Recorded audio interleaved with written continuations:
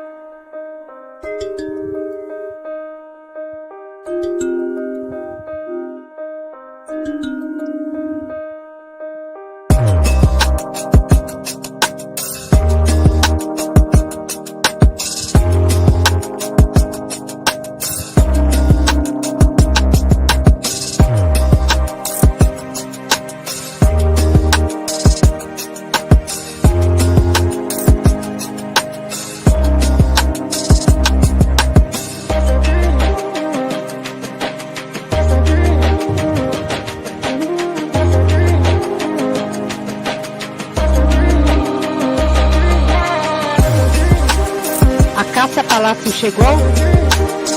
Ela tá na sala, é a primeira? Não? Vou passar pra outra então. Começa pelo Daniel. Avisa se ela chegou.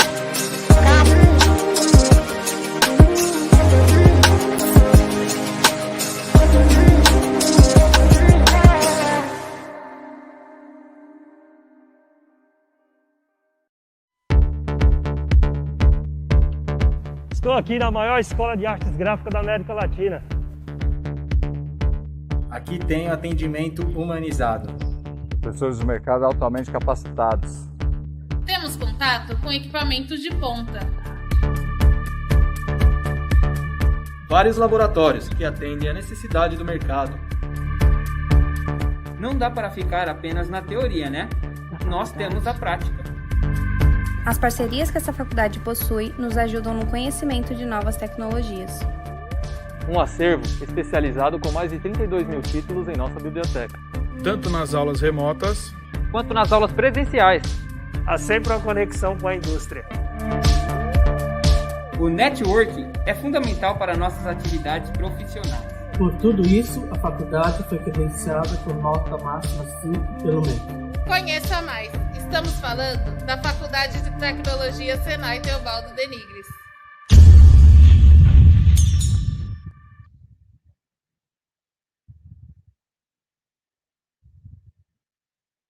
Boa noite. Sejam todos bem-vindos à Semana de Tecnologia Gráfica da Faculdade Senai Teobaldo de Nigris. É um evento que ocorre anualmente, visando prospectar, fomentar assuntos, temas relevantes para o nosso segmento e para a indústria de um modo geral. E em função dos 50 anos da Teobaldo de Nigris, serão 2 semanas de palestras. Estamos hoje no 5º dia. Porém, as comemorações serão eventos por todo o ano de 2022. Lembramos a todos que o processo seletivo para a nossa faculdade de curso superior irão até o dia 17/11. O curso superior de tecnologia gráfica habilita profissionais para realizar gestão nos processos produtivos e gestão e integração de todos os departamentos de uma empresa, visando sempre a prospecção de novos clientes, de novos formatos, de modelos de negócio, sustentabilidade e atendimento ao negócio. As perguntas para essa palestra de hoje poderão ser feitas no chat. Então, deixo aqui uma solicitação, façam perguntas, prestigiem essa palestra de hoje. E o tema da palestra de hoje é ferramentas de marketing digital para alavancar os negócios. O palestrante de hoje é Clésio Souza, bacharel e mestre em jornalismo pela ESPM. Clésio tem 10 anos de experiência em comunicação, marketing, online, offline e e-commerce. Atuou em empresas de grande porte, emissoras de TV, agências de publicidade e setor público. Fundou há 2 anos a Sou Rei, startup que ajuda na digitalização de negócios dos mais diversos segmentos e hoje é coordenador nas lojas Marisas. Então, Clésio, é um prazer tê-lo aqui conosco nessa nossa semana de tecnologia e agora é com você.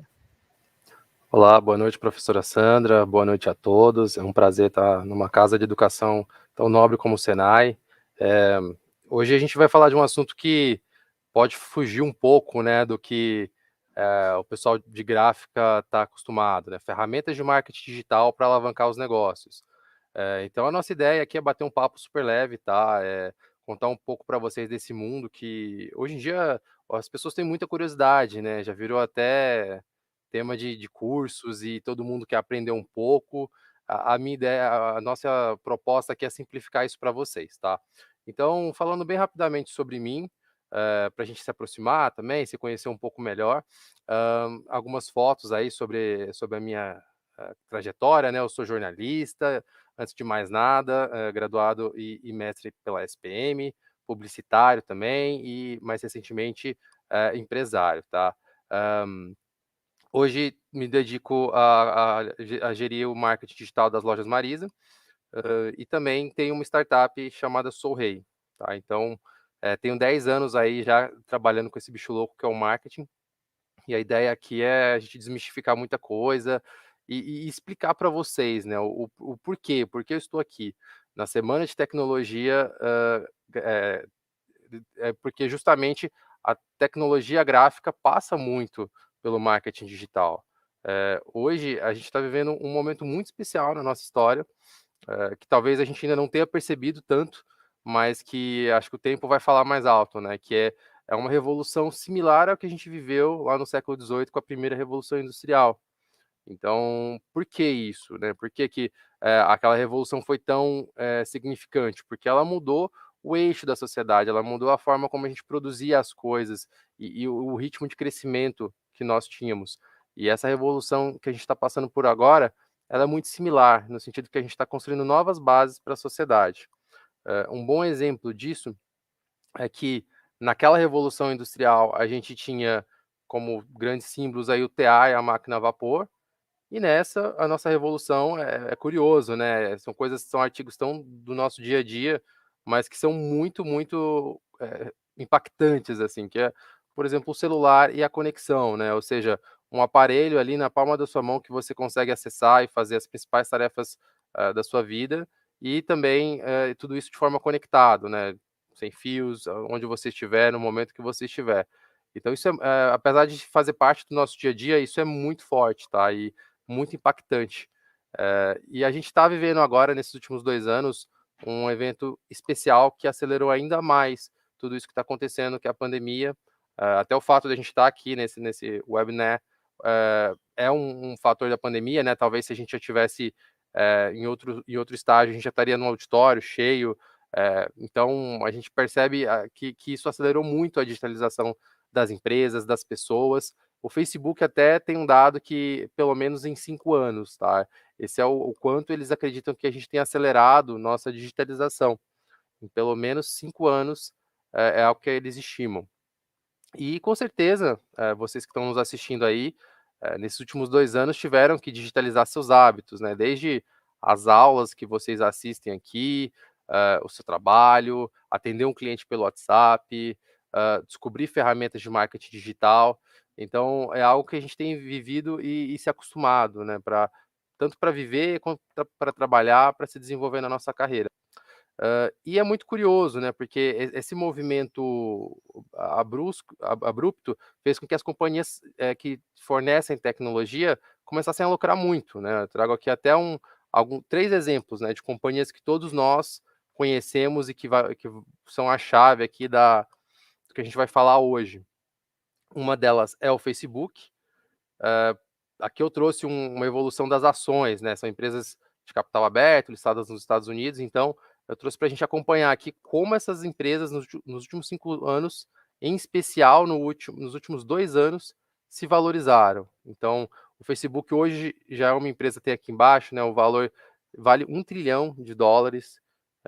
O Google, logo ao lado, também é uma empresa que se valorizou muito. Hoje é uma empresa que vale quase $2 trilhões, né? Imagina uma quantia como essa, é o valor dessa empresa. E, por fim, a Microsoft, que tem uma ascensão ainda maior e que tem um valor de mercado de $2,5 trilhões. Isso, convertido em real, é praticamente o PIB do Brasil, né? Se eu não estou enganado, talvez seja até o próprio PIB do Brasil. E a grande pergunta, né, que as pessoas, principalmente quando a gente trabalha com digital, que conhece um pouco mais o modelo de negócios delas, é por que elas valem tanto, né? Por que essas empresas valem mais de $1 trilhão, sendo que muitas vezes o produto final dela nem é tangível. O Facebook, ele não tem nada, assim, você só acessa, ele não é um entregável, né? Não é algo físico. Assim como o Google, a maioria dos produtos deles são digitais. Então, por que essas empresas valem tanto? E a resposta, ela é curiosa, assim, mas ela é bem emblemática. É porque essas são as empresas que a gente pode chamar de as avenidas da internet. Ou seja, elas chegaram no momento que nada disso era desenvolvido e pavimentaram o caminho para que a gente hoje trafegasse, né? Então, vamos dar um exemplo. Digamos que você goste de acompanhar um site de esportes. Na maioria das vezes você não vai acessar diretamente o site de esportes, você vai passar por um buscador como o Google. Então, é como a avenida te levando até o lugar que você quer. Uma plataforma de mensagem, ela vai conectar você para enviar mensagens para uma pessoa que você deseja. Então, eu trouxe aqui até esse paralelo com algumas das principais, né, avenidas de São Paulo, nesse caso nem avenidas, né, via expressa de São Paulo, para exemplificar isso, né? Então, nós temos aí 2 grandes avenidas, 2 grandes eixos de São Paulo, que é a Marginal Pinheiros e a Marginal Tietê, que se comparam com essas 2 avenidas aí que a gente vai falar mais um pouco hoje, que são Google e Facebook, tá? Porque a partir delas vocês conseguem cruzar a cidade, vocês conseguem acessar qualquer lugar, e é o que elas fazem, né? Elas são tão grandes que elas permitem que a gente faça isso. Hoje a gente vê, por exemplo, essas empresas como o Facebook fechando parceria com a Oi para passar cabos de fibra ótica, o Google também lançando satélite. Então, hoje elas já são tão grandes que elas detêm essa infraestrutura e por isso que elas valem tanto. E aí, alguns pontos sobre elas, né? Trafegar nessas avenidas é inevitável. Então, a gente já chegou num grau de desenvolvimento que não tem mais vida sem elas. Algum tempo o WhatsApp, na verdade, todas as plataformas do Facebook caíram, e a gente viu o pânico que foi, né? A gente não tinha Instagram, a gente não tinha WhatsApp, a gente não tinha Facebook, e foi um dia que as pessoas ficaram estressadas. Se o Google cair, vai ser a mesma coisa. Se a gente ficar sem qualquer um desses serviços que hoje são essenciais para a nossa vida, a gente não vai conseguir mais viver. Então, é por isso que é importante a gente trafegar nessas vias, e eu diria que elas têm 2 premissas, tá? 2 fatores, assim, interessantes da gente prestar atenção. O primeiro deles é que é importante a gente saber as regras dessa avenida. não é algo que seja obrigatório, né? Você não tem um livro que você tem que ler para acessar o Google ou o Facebook ou fazer as coisas, mas é interessante até para você poder potencializar, né? Até para você poder usá-las da melhor maneira e melhorar a sua viagem. Então, é bem importante, a gente vai falar hoje aqui sobre essas regras, né? Como trabalha, como funciona, qual a lógica por trás delas. E a segunda é que durante o seu trajeto nessas avenidas, você vai deixar marcas, né? Então, essas avenidas, as marcas na internet são os dados. E o dado é o nosso principal asset, é a principal commodity da internet. E esses dados vão ser usados por elas de algumas formas, tá? A gente vai abordar isso um pouco. São 2 pontos que eu acho bem importante para a gente pensar, tá? E hoje aqui a ideia, eu sei que é tudo muito assustador, né, você ouvir avenidas, empresas que detêm o controle do digital, mas a ideia não é que a gente tenha medo, não é que a gente levante bandeiras, preocupantes, acho que o lado aqui é a gente entender como isso pode potencializar o nosso trabalho, seja no ramo gráfico, seja na sua vida pessoal. Elas têm ferramentas muito úteis e democráticas que podem nos ajudar bastante, e é sobre isso o papo de hoje.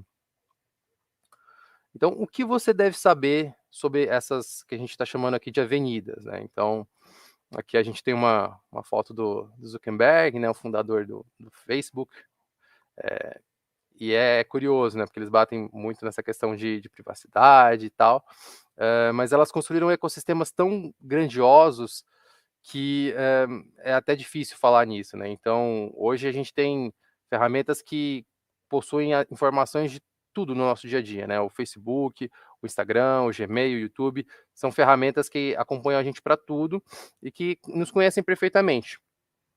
E a partir dessa nossa atividade, né, a partir dos vídeos que você assiste, dos likes que você dá, essas plataformas elas mapeiam o nosso comportamento. Tudo isso está sendo armazenado por esses bancos de dados e futuramente eles são usados através de algoritmos de machine learning para traçar uma análise preditiva de compra. O que significa isso? Significa que através de vídeos que você assiste, perfis que você curte, essas ferramentas vão entendendo mais sobre você e elas vão conseguindo prever um pouco mais sobre quais são suas próximas ações. E hoje elas possuem um algoritmo tão poderoso que é capaz de prever muitas vezes hábitos que você vai ter que talvez você nem se deu conta ainda. Então, por isso que ela é tão fascinante, né? Vocês já devem ter se colocado nessa posição, né? De abrir sua rede social e tá lá um produto que você sempre quis, mas que nunca comentou com ninguém. É justamente a partir desses insights que eles vão fundamentando essa recomendação para você. Isso foi revolucionário para a publicidade, tá? Então, até então as campanhas de publicidade elas eram totalmente diferentes, elas falavam assim quando você fazia uma campanha você falava de alcançar pessoas, de imprimir, né, que é aparecer, mostrar seu anúncio ali mais vezes, e sem nenhuma garantia ali de performance ou de que você ia ter uma venda. Então, a partir desse conhecimento dos veículos sobre nós, a gente passou a ter uma assertividade muito grande.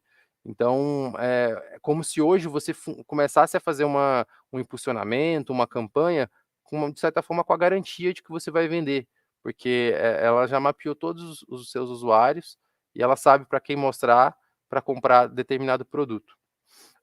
E com isso, o que era um campo para poucas empresas, né, apenas pequenas empresas que tinham muito dinheiro e tinham agências de publicidade para anunciar, passou a ser muito mais democrático. Hoje, qualquer pessoa pode impulsionar, pode usar dessas ferramentas para desenvolvimento tanto no seu trabalho como pessoal. Para a gente ter uma ideia do quão é democrático fazer isso hoje em dia, qualquer pessoa com R$ 1 por dia pode anunciar no Google e qualquer pessoa com R$ 6 pode anunciar no Facebook / Instagram.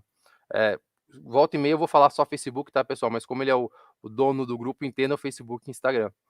Então percebam o quanto é democrático, né? Hoje qualquer pessoa realmente pode se expor, pode impulsionar um produto, um serviço que faz, um seu site, de maneira muito barata e democrática. Então, passando para um lado, assim, até, claro, a gente não vai conseguir se aprofundar tanto, né, mas para a gente entender um pouco mais como e por que anunciar no Facebook e Instagram. Acho que o porquê a gente já tá bem detalhado, né, uma ferramenta muito poderosa que pode impulsionar os nossos negócios, e certamente a gente conhece, né, um exemplo de alguém que nessa pandemia teve uma boa experiência aí com esse tipo de ação. E para anunciar, a dica que eu dou para vocês é que vocês de fato vão atrás do conhecimento. No começo é um pouco confuso, tá? Mas vale muito a pena, porque, como eu disse, né, a gente está só começando esse movimento e quem conseguir se adaptar vai prosperar muito bem, tá?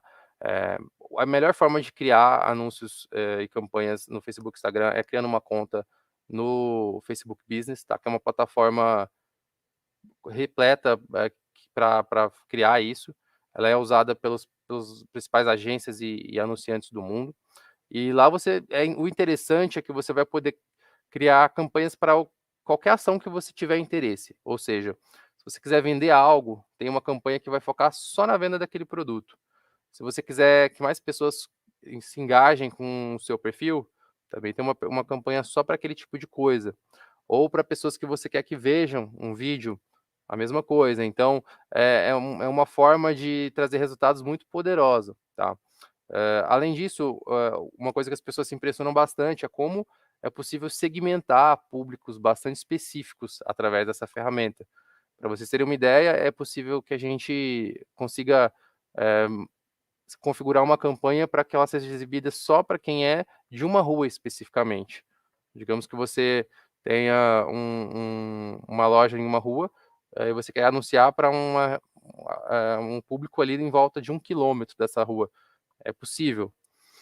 Ou, por exemplo, por comportamento, né? Então, usuários que tiveram determinada ação, que se casaram recentemente, o Facebook sabe tudo sobre você, felizmente ou infelizmente, né? E então, toda essa inteligência, ele, claro, de forma anonimizada, né? Ele jamais vai falar que o Joãozinho é o fulano de tal, mas isso nunca vai ser revelado, né? Até por leis de privacidade, mas todo esse conhecimento que ele reúne das pessoas pode ser utilizado por quem está anunciando para potencializar seus resultados, tá?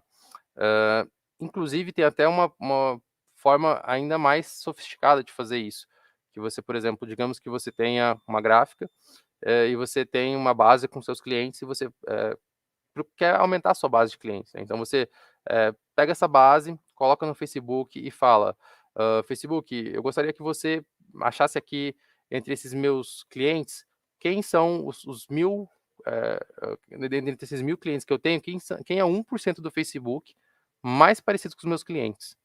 Hoje o Facebook ele já alcança 160 milhões de brasileiros, né? É curioso que é até mais gente do que pessoas vacinadas que a gente tem no país, para a gente ver o tamanho da penetração dessa plataforma. Então, 1% desses 160 milhões representam 1.600.000 pessoas. Então, o Facebook vai achar, através de tudo que ele conhece das pessoas, quem são 1.600.000 pessoas mais parecidas com os clientes que compram com você. É só para dar um exemplo, tá? A ideia não é que fique nada técnico nem nada, é mais para vocês entenderem como a gente pode alcançar uma granularidade muito interessante. E o melhor de tudo é que para esse tipo de ação, só quem você escolheu vai ver a sua publicação. Então, não é como quando você publica algo, né, no seu feed e tal. Esse é o que a gente chama de dark post. Só as pessoas que realmente devem ver vão enxergar isso. E, bom, falando um pouco sobre o Google, tá? Aqui, quando eu falo Google também, o Google é dono de um conglomerado muito grande, que reúne aí outras empresas, como, por exemplo, o YouTube. Para anunciar nessas redes, é importante criar uma conta também, deixa o link aí, tá, para quem quiser. É a plataforma que se chama Google Ads, também é a plataforma profissional para fazer esse tipo de ação. E se cadastrando lá, colocando algumas informações da sua empresa, você vai poder criar campanhas de diversos tipos, tá? Poder fazer vários tipos de anúncio para ter maior exposição. Uma delas são as campanhas de texto, que vocês, quando pesquisam, digamos, vou pesquisar por gráficas em São Paulo, vocês observam que sempre aparece um resultado ali, né, escrito anúncio.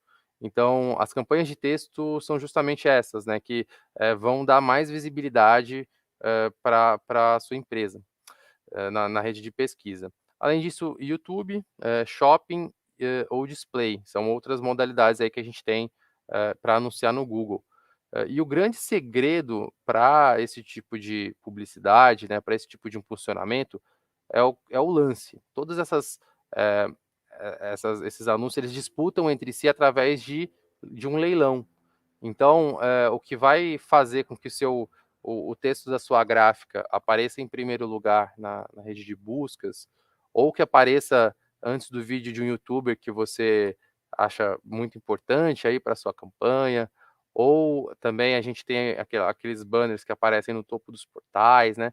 Tudo isso é o lance. Então, quem paga mais aparece na frente. E é por isso que essas empresas valem tanto, porque ninguém mais pode oferecer isso, né, além delas.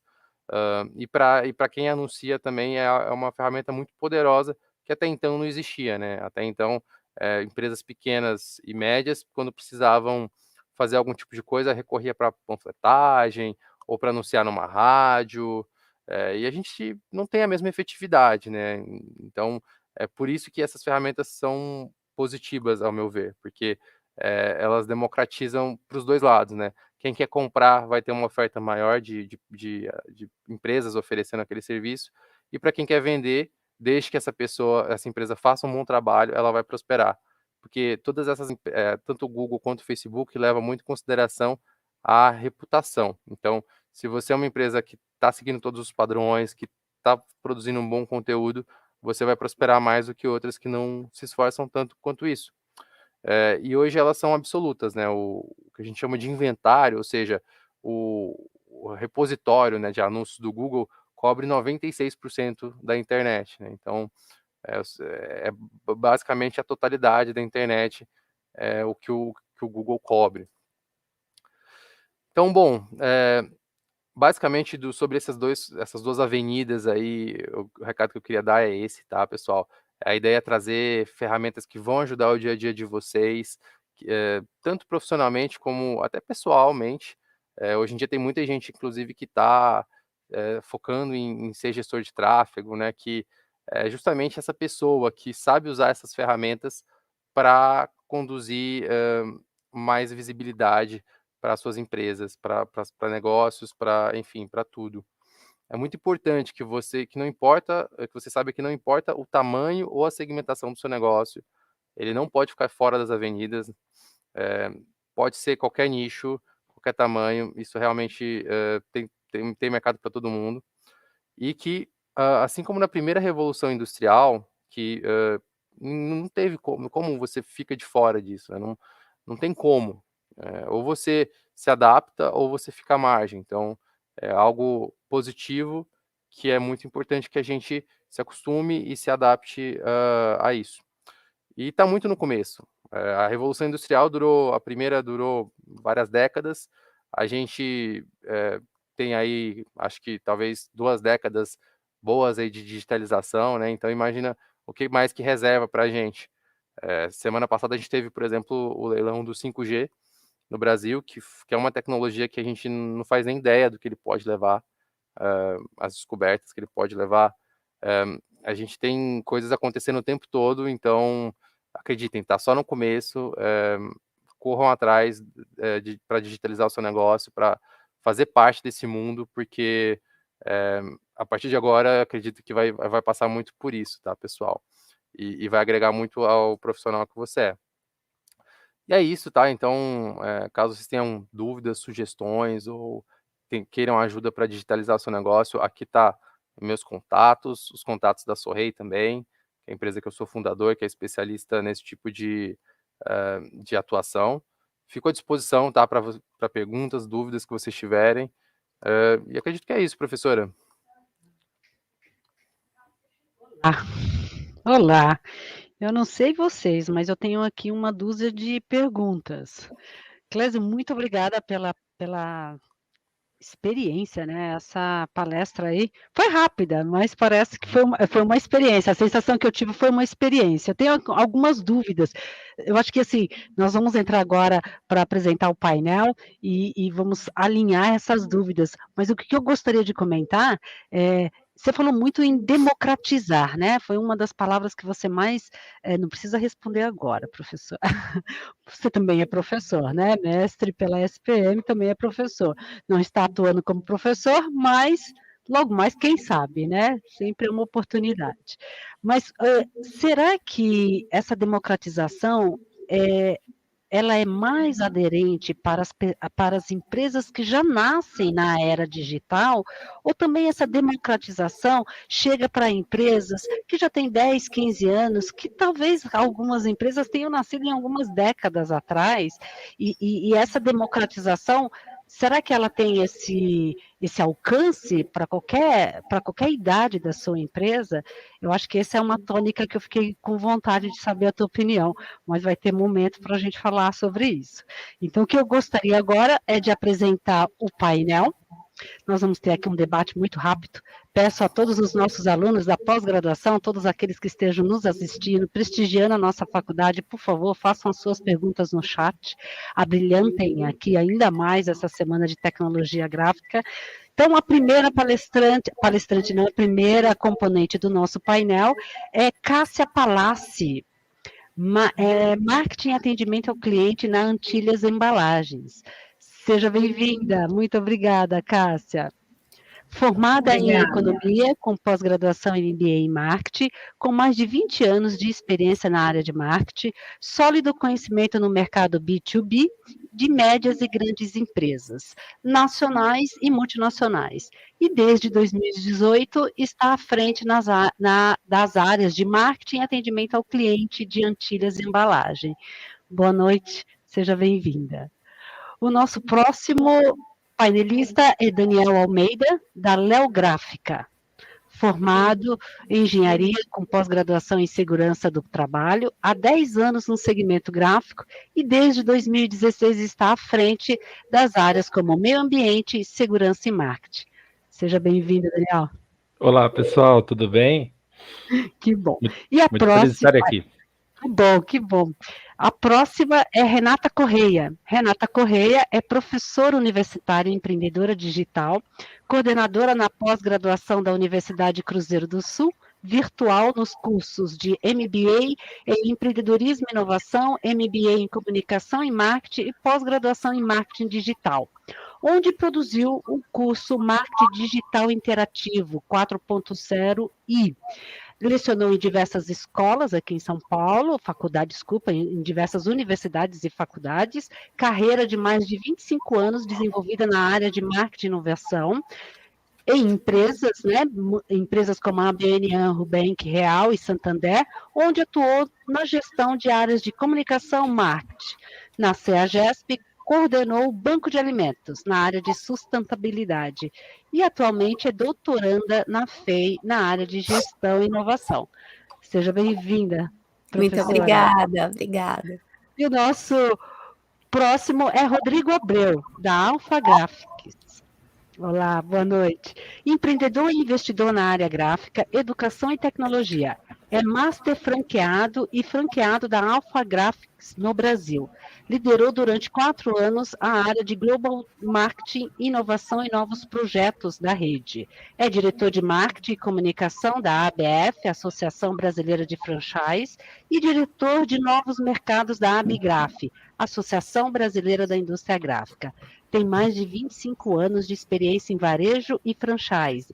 E antes de atuar na Alpha Graphics e em outras franqueadoras, foi consultor Francap do grupo Cherto, atualmente diretamente em projetos de consultoria para diversas empresas.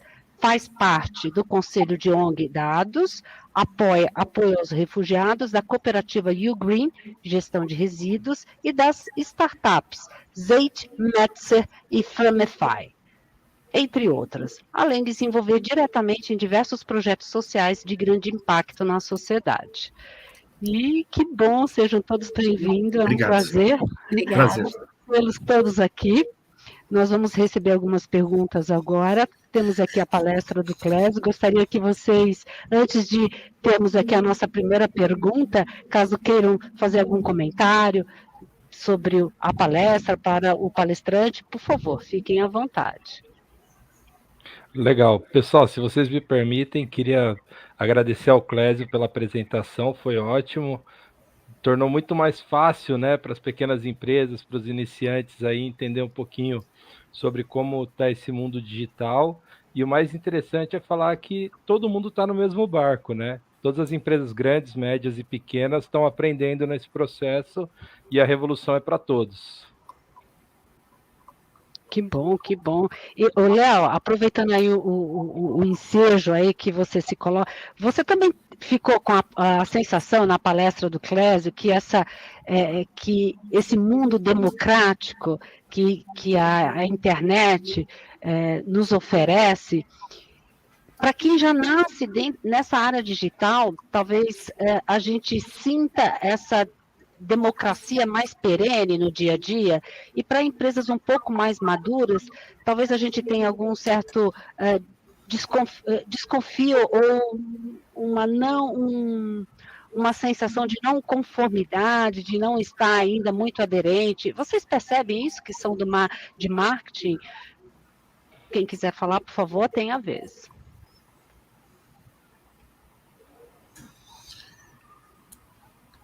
Bom. Será que eu fui clara? Se eu não fui clara, é porque eu estou embaralhada aqui, porque é um assunto tão ainda novo. Pode parecer há 10, 20 anos que nós temos a internet, mas assim, a digitalização dos modelos de negócios é muito recente agora na pandemia, né? Então, assim, exemplificando, será que essa democratização independe realmente da idade da empresa e do tempo de maturidade dessa empresa nos seus negócios? Tá, eu estava esperando a Cássia e a professora Renata falarem, né? Ladies first. Pode ficar à vontade. Cássia, você está com o seu microfone fechado. De qualquer forma, eu creio que, eu entendo que quem nasce digital tem as facilidades de ser implantadas, mas a idade de uma empresa para implantar a digitalização ou não torna só o desafio maior, mas não como uma grande barreira.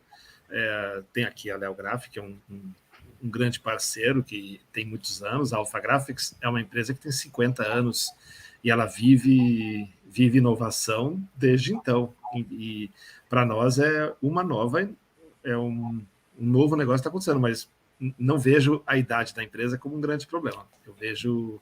Aliás, é muito comum, e para completar, Sandra, ainda, nem todas as empresas que nascem hoje nascem digitais, tá? A gente vê ainda, principalmente muitos pequenos negócios, pessoas saindo agora para empreender por causa da crise, empreendendo por necessidade com 40, 50 anos, que não tem... A empresa nasce... Na era digital, mas as pessoas não estão necessariamente digitalizadas. Exatamente. Então eu não coloco a idade da empresa e nem a idade da pessoa como desafio. Eu coloco muito mais um preparo, um mindset de inovação constante. Só complementando, é exatamente isso que eu ia falar, o mindset. Acredito que esse é o grande desafio das grandes corporações, que é trabalhar, né, se ressignificar no seu modelo de gestão, de liderança, né, e trabalhar o mindset, que é esse modelo mental, que eu encontro, né, resistência ainda, né, perante as mentorias que a gente faz, enfim, mas assim, eu percebo que eles estão abertos, né, e certamente que a pandemia acelerou todo esse processo. Parabéns, Clésio, pela apresentação, gostei bastante de toda a analogia que ele fez com as avenidas, né, com as vias principais, isso ficou bem didático para que a gente possa entender aí como trabalhar as ferramentas digitais. Obrigado, professor. Eu acho que tem muito disso, né? O processo de digitalização ele é inevitável.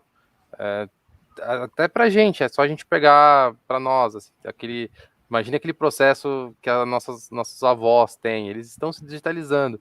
Para as empresas é da mesma forma, né? Só que alguns lidam de uma forma muito boa, né? Então a gente tem, por exemplo, empresas que o modelo de negócio dela já se baseia numa digitalização, por exemplo, desde a confeiteira que já vende seus bolos ali pelo WhatsApp, que faz suas compras pelo Rappi e entrega pelo um app também.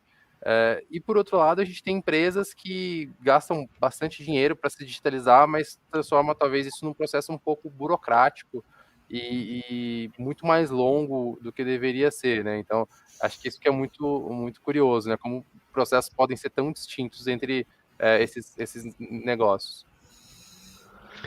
Poxa vida, é isso aí. Olha, nós temos aqui a nossa primeira pergunta, do Rui.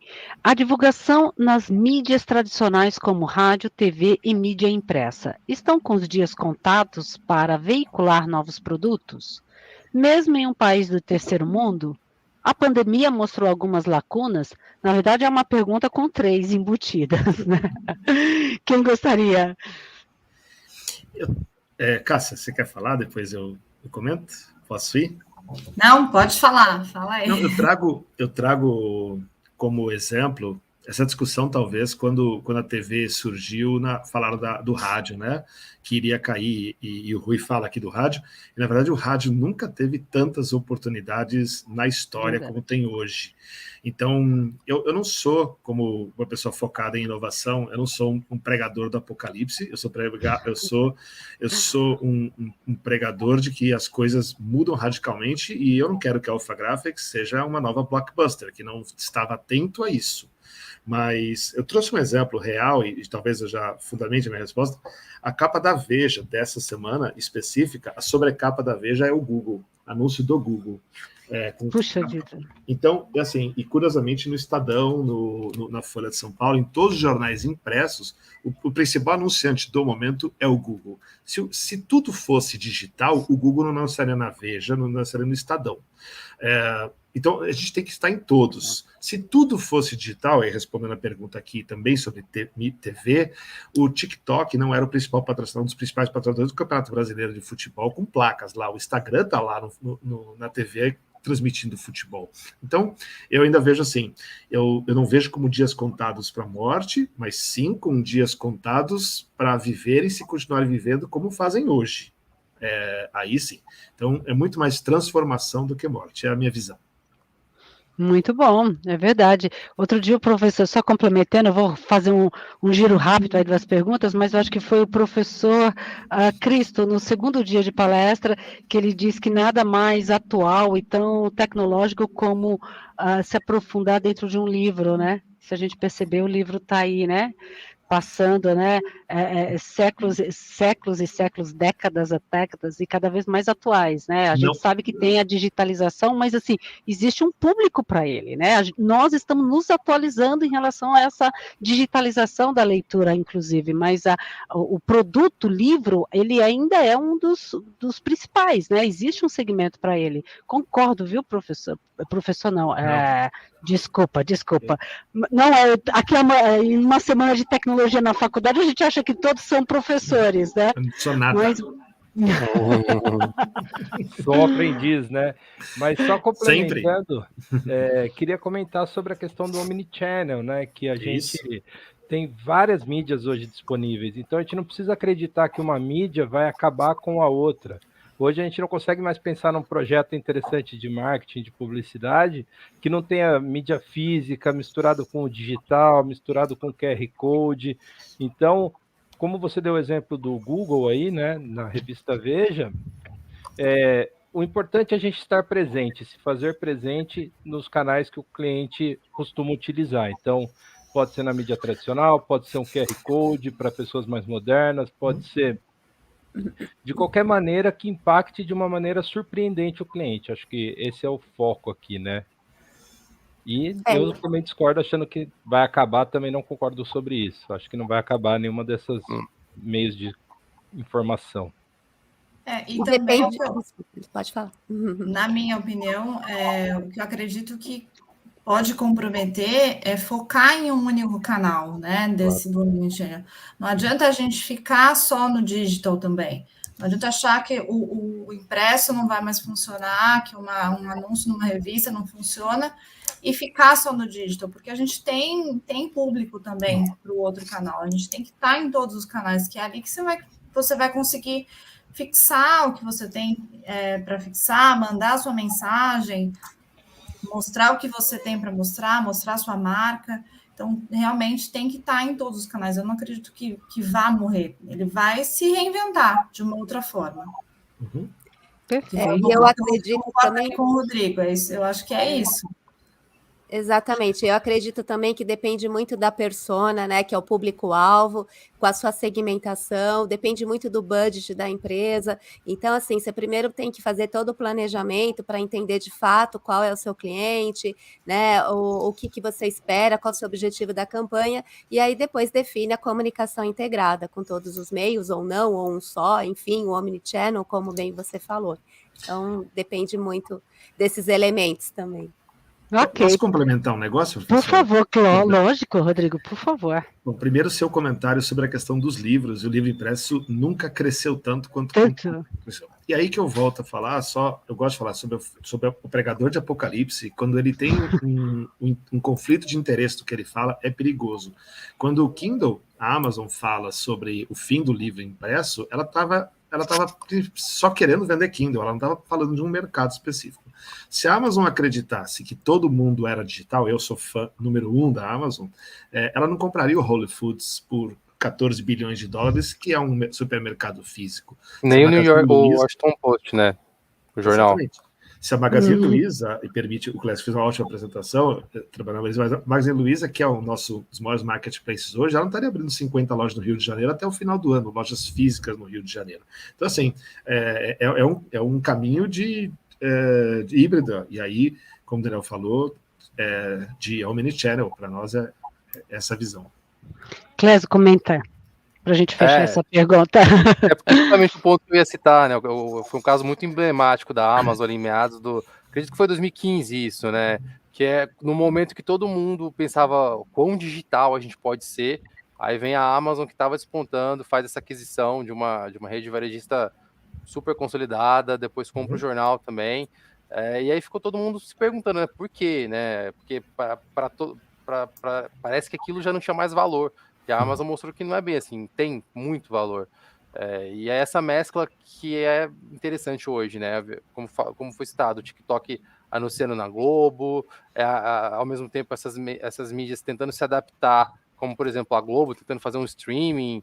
É uma era muito louca, assim, que tá todo mundo se adaptando e que vai prosperar bastante, mas ela é mais acirrada, né? Então alguns vão ficar pelo caminho. Que ótimo, que ótimo. Olha, nós temos aí uma outra pergunta do Júlio, que está na tela, mas eu acho que a gente está no caminho dela, da resposta. Podemos combinar os dois caminhos, digital e os meios impressos? Mais ou menos, vocês já acabaram dizendo que a gente tem que ter essa diversificação. Do contrário, né, é o pregador do apocalipse que o Rodrigo está falando, né? Eu concordo isso mesmo. E até uma jogada de marketing, falando, olha, gente, acabou aquele mundo e eu estou apresentando um mundo novo, né? Então, como se isso fosse suficiente. Tenho aqui, então, a Karina Kidlin, que é uma nossa aluna aqui. O que é marketing de conteúdo e o que ele tem a ver com inbound marketing? Olha só, eu acho que eu vou chamar a Renata, eu acho que, né, preparadora de conteúdo, se você podia começar a startar aí a nossa discussão.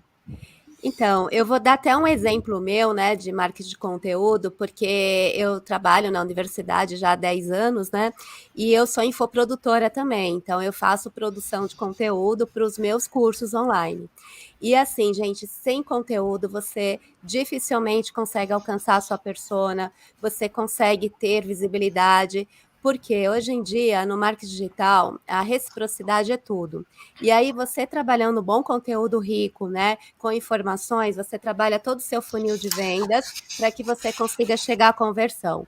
Então, quando a gente trabalha em inbound marketing, que é o marketing de atração, você precisa dar dicas do que você faz. Então, com essas dicas, você consegue atrair a sua persona, você consegue nutrir esses leads, né? Que são os leads, são os contatos qualificados, para que você consiga chegar numa conversão. Então, assim, eu acredito que é realmente tudo você fazer marketing de conteúdo. Eu iria até além, eu diria que acho que todo marketing hoje em dia é de conteúdo, né? Exatamente. Acho que ninguém mais aguenta ver banner, ver... isso tudo hoje não atrai, não engaja, né? A gente fala, então... Acho que fazer um bom conteúdo, colocando ali os valores que você quer passar sobre a sua empresa, sobre a sua campanha, é essencial. E acho que estratégias assim têm se provado muito superiores ao que a gente tinha anteriormente. Exatamente. Cássia, eu fiquei na dúvida agora. Em relação a antilhas e embalagens, o marketing de conteúdo ocorre também dentro do segmento de embalagens? De que forma? Sim, com certeza. Com certeza. A gente tem que... É um pouco do que todo mundo falou aí. A gente não se sustenta sem conteúdo, né? Não faz sentido eu chegar e falar, olha, eu tenho essa embalagem que é diferente. O quê? O consumidor ou o meu cliente, ele quer viver muito mais, ele quer saber o que aquilo está de acordo com os princípios dele, o que está de acordo com os valores dele, o que aquilo vai agregar, qual que vai ser a experiência que ele vai levar para o cliente dele. Então, assim, com certeza a gente tem que produzir conteúdo e ter um marketing de conteúdo. Eu não consigo ver um marketing sem conteúdo hoje, não se sustenta, né?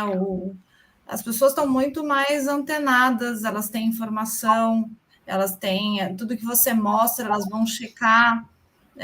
Eu sou uma pessoa que, se eu não sei o que tem, acho que grande parte está assim, você coloca ali no Google, eu não sei o que é essa palavra, eu vou procurar, eu não sei o que é isso, e assim, não dá para eu colocar só uma coisa ali, tem que ter conteúdo o tempo todo, tem que ter um propósito. Perfeito. Rodrigo, em relação ao conteúdo, que a nossa já passou a questão, mas a aluna Karina estava perguntando, como que a Alphagráfica trabalha o conteúdo dentro assim, um exemplo clássico? Tá, eu entendo assim, o marketing de conteúdo, ele é sim indispensável, porque ele gera uma venda despretensiosa, ele gera uma relação com o consumidor de longo prazo. Você deixa de ser, professor, aquele vendedor chato que só faz o contato na hora que você quer vender algo. Então, isso não faz mais parte. Então, quando você passa a transmitir conteúdo, você passa a ajudar o cliente a performar no negócio dele. Então, é Antilhas me ajudando a Alphagraphics a criar melhor embalagem para a Alphagraphics performar mais. Então, se ela me prevê conteúdo, ela me ajuda. Se a Léo Graph me provê conteúdo, ela me ajuda. O Senai, absolutamente, é um poço de bons conteúdos para se fazer um marketing excepcional. Então, acho que é isso, é você doar conhecimento para ajudar o outro. Não é só falar, é onde você para de falar de você e fala do que pode ajudar o cliente a performar. Então, eu acho que a gente teria 1 milhão de casos. Eu queria só aproveitar aqui, você falou, na outra pergunta, quando você falou da conexão do marketing do impresso com o digital. A gente não vê um ou outro nem de forma paralela, eles podem ser sequenciais, tá? Então, quando você joga um impresso e tem um QR Code e vai para um form na internet ou vai para uma realidade aumentada e você usa isso como um ciclo, ele não é usar um ou outro ou de forma só paralela. O marketing pode ser usado de forma absolutamente como uma jornada contínua, tá? Eu esqueci de complementar isso antes. Não queria que Não, mas faz todo sentido, porque eu acho que essa é a disrupção dentro do mercado gráfico hoje, né? Se nós formos analisar, nós temos diversos mercados em disrupção, e o entendimento do que é uma disrupção dentro de modelos de negócios, né, é imprescindível para o desenvolvimento dele, inclusive para a longevidade, né? E uma dessas é essa união comitantemente de diversas tecnologias aplicadas com o intuito, né? Muito bom. Gostaria de finalizar o Léo e o Clésio, ou a gente já pode passar para outra pergunta? Posso fazer só um comentário? Eu queria comentar sobre esse assunto do marketing de conteúdo. Hoje na Leograph, o nosso Instagram é voltado simplesmente para dar conteúdo de facilitação para o cliente inexperiente. Porque muitas vezes o comprador ou até mesmo o seu cliente que tem interesse no seu produto, ele não sabe as especificações, ele não sabe como pedir direito, como otimizar papel, fazer escolhas de acabamento. E a gente gera conteúdos e diversas séries para ele poder ir conhecendo mais do mercado gráfico. Isso aproxima, faz o representante comercial ter mais engajamento com o seu cliente, traz informação para ele relevante, que facilita a vida dele no futuro. Então, isso para a gente tem tido muito sucesso nas redes sociais, postar conteúdos explicativos, conteúdos educativos, que não tem muito esse caráter de venda, mas tem um caráter de ajudar o mercado como um todo, né? Perfeito, e essa união, né, faz com que haja muito mais prosperidade em todos, né? Aí entra a palavra democrático, né, bem acirrado, bem concreto. Clésio, quer finalizar? Sim, eu acredito que um vetor assim, que trouxe isso como algo necessário é justamente as redes sociais, né, o marketing em redes sociais, porque é difícil você disputar com as publicações dos seus familiares, né, então imagina como você vai se tornar irrelevante se você está veiculando um anúncio ali, a pessoa está vendo uma foto do marido, dos primos, de alguma celebridade, ela vê um anúncio assim duro, aqui isso não cola mais, né? Então acho que a partir do momento que tudo virou histórias, né? Às vezes a gente hoje vê conteúdo de empresa, a gente pensa até que é de um conhecido, né? De tão inbound que ele é. Acho que justo por isso, porque ele precisa se camuflar ali no meio, e o grande segredo é que a gente gosta tanto de consumir aquilo, que a gente fica fã, e no momento que a gente precisa, como foi citado, né, então, putz, eu preciso de um trabalho gráfico, aí a gente recorre à gráfica que a gente sempre consumiu o conteúdo. Então, acho que esse que é o grande gatilho. E sobre o que o Rodrigo citou da combinação das meios, no mercado a gente tem muito isso, né, na Marisa mesmo, a gente aprova os planos e tem lá a parte de digital, a parte de televisão, a parte de impresso, tudo junto, cada um com o seu papel, cada um atuando em uma parte do funil, né, da jornada do consumidor. Isso também é algo muito interessante que acho que a gente não veria há alguns anos aí, né? Sim. Perfeito. E aí a Beatriz Almeida Silva de Tomás, como a pandemia afetou o marketing digital? Nossa, como, né?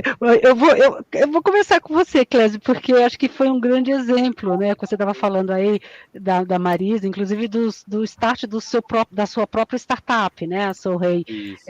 Conta pra gente aí, tanto a experiência que você tem trabalhando como uma empresa, né, de capital aberto, como as lojas Marisas, e também fomentando o teu negócio, assim, como é que a pandemia trouxe exatamente o marketing digital como o centro ali, né? Perfeito, professora. Bom, a pandemia certamente é um dos momentos mais tristes, né, da nossa história, aí, um momento muito difícil para todos, mas que, falando em termos de marketing digital, não teve nenhum ponto negativo. Assim, foi um momento extremamente propício que até trouxe na apresentação, né, um dado que o Facebook traz, aí é que ele acelerou o uso, né, a experiência digital das pessoas em pelo menos 5 anos. Então é como se o que você trabalha fosse acelerado, assim, potencializado num período muito curto, um período de tempo muito curto, e para todo mundo, tá? Então tive essas duas experiências, né, principais. Por um lado, no meu trabalho, a gente se viu num cenário que com 300 lojas fechadas, 360 lojas fechadas, e o digital tendo que responder pelo todo, então a gente e as pessoas ao mesmo tempo queriam consumir, elas não queriam parar de consumir, né? Então foi muito positivo, porque quando demorou algumas semanas, mas quando as pessoas entenderam que dava para fazer tudo isso pelo digital, a coisa rolou muito fácil e os canais cresceram muito, e foi muito propício, porque a gente teve muito apoio, né? Assim, isso que é interessante. Foi muito mais fácil construir as pontes, os elos ali, porque estava todo mundo querendo aquilo. Coisas que a gente há muitos anos brigava para ter, falava que era importante, defendia. Foi um momento que todo mundo aproveitou para realizar, né? E por outro lado, pequenas empresas também tiveram uma demanda muito grande para se digitalizar, porque muitas delas tiveram que fechar as portas, não tinham como trabalhar. Então foi quando surgiu esse meu projeto da Sorrey, e através de diversas empresas que nos procuravam, né, querendo digitalizar o negócio, construir plataformas, anunciar nas redes sociais, hospedar site. A gente começou com alguns, em alguns meses foram algumas dezenas, hoje a gente já está com mais de 80 clientes aí, né, pequenos e médios, inclusive do setor gráfico, de todo tipo de setor que você imaginar. Isso foi curioso também, né, como foi versátil, assim, de todo tipo de empresa, assim. A gente tem no nosso portfólio desde indústrias siderúrgicas até varejistas, prestadores de serviços, cara, todo mundo quis entrar nessa. Então, eu diria que a principal mudança foi essa, assim, ele acelerou esse processo, e agora a gente, nesse pós-pandemia, se é que a gente pode chamar assim, a gente está percebendo que as pessoas estão mais abertas para experiências híbridas, né? Então, o omnichannel, a fazer uma jornada multicanal, tanto canal de venda quanto canal de conteúdo, foi muito bom nesse sentido, sabe? Ele trouxe mais um cenário mais dinâmico para a gente. Quem quiser, por favor. Eu creio que, além dessa questão do acelerar, quando eu falo do afetou, eu acho que nos trouxe o desafio de criar algo diferente, de ser criativo, porque o marketing tem um grande desafio hoje, que é todo mundo, as campanhas são todas absolutamente quase que iguais. É muito difícil nós, neste momento, com a quantidade de mensagens que a gente recebeu hoje em todos os nossos canais, cada um de nós possivelmente 8 mil mensagens, é muito difícil você lembrar de qual te impactou, qual você lembrou. Então, eu creio que ele afetou o nosso poder de criatividade, trouxe todo mundo para um jogo só. E talvez, fazendo esse esforço, vocês vão lembrar talvez de no máximo duas propagandas, campanhas que vocês vão recordar hoje.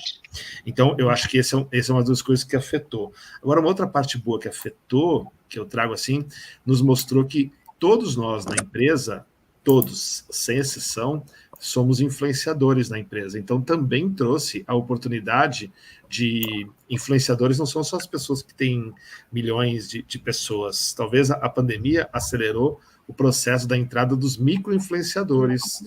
E isso trouxe os pequenos negócios a poder usar aquele influenciador do bairro dele que tem 600 seguidores, 700 seguidores. Então, também, eu acredito que desmistificou muita coisa, e aí uma palavra que o Clécio falou, a democratização foi absolutamente em todos os sentidos, na hora de fazer anúncio, na hora de contratar influenciadores. Então, se você tiver R$50, ou tiver um pudim para entregar, um influenciador pode aceitar aquilo e divulgar o seu pudim para todos. Então, acho que tem coisas muito boas que aconteceram também positivamente.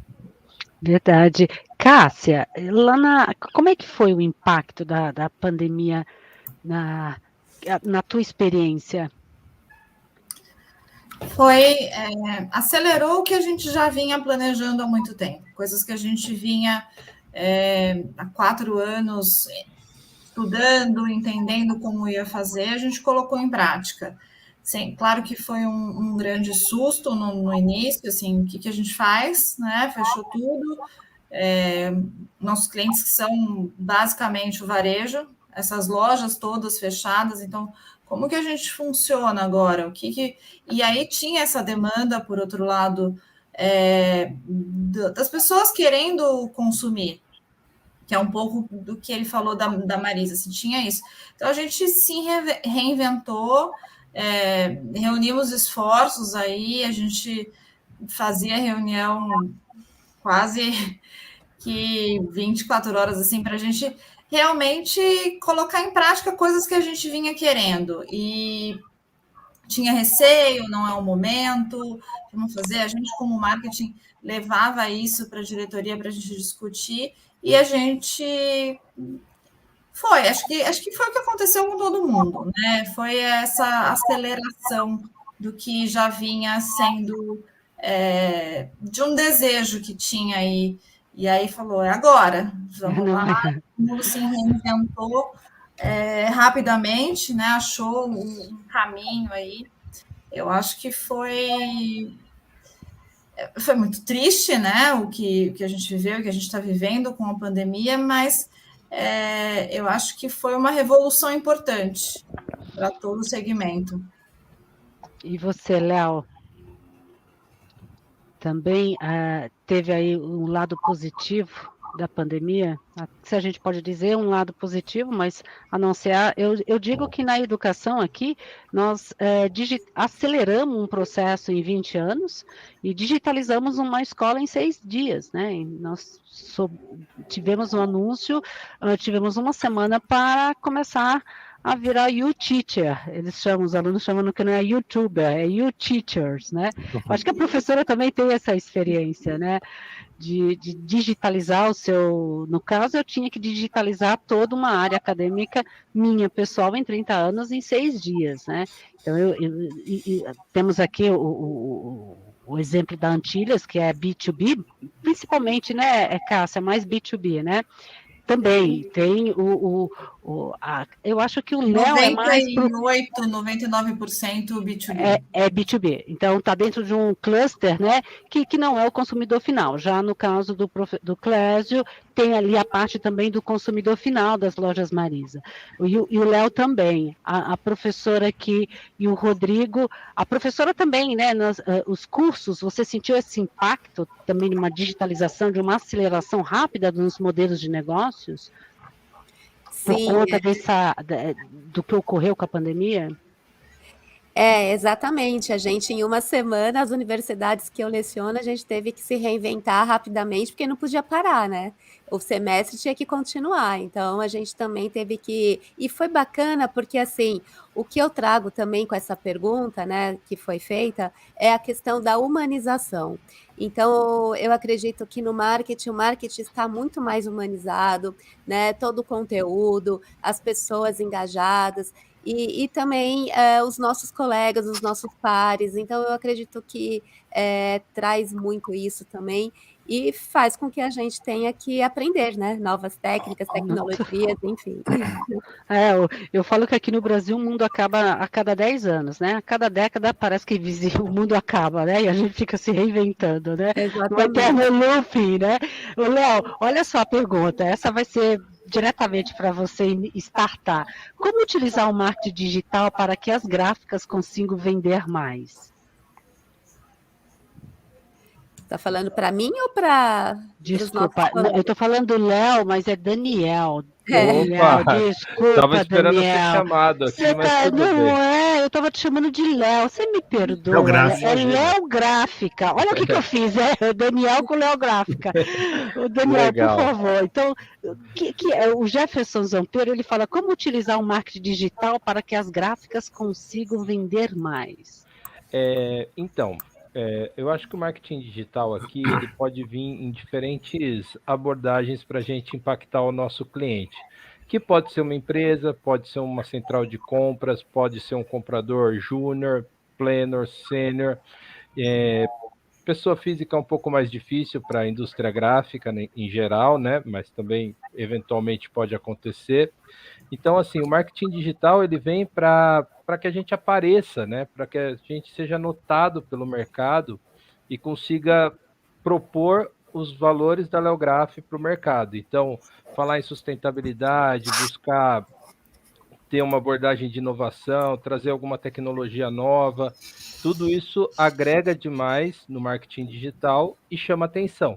E aí, a partir disso, a gente desperta o interesse do cliente para que ele possa fazer projetos juntamente conosco e desenvolver algum material especial, alguma campanha, alguma coisa fora da caixa que é o material mais interessante, que tem maior valor agregado, que destaca no mercado, né, que chama a atenção também do cliente final. E aí todo mundo fica satisfeito nesse processo porque a gente consegue construir isso juntos com o cliente.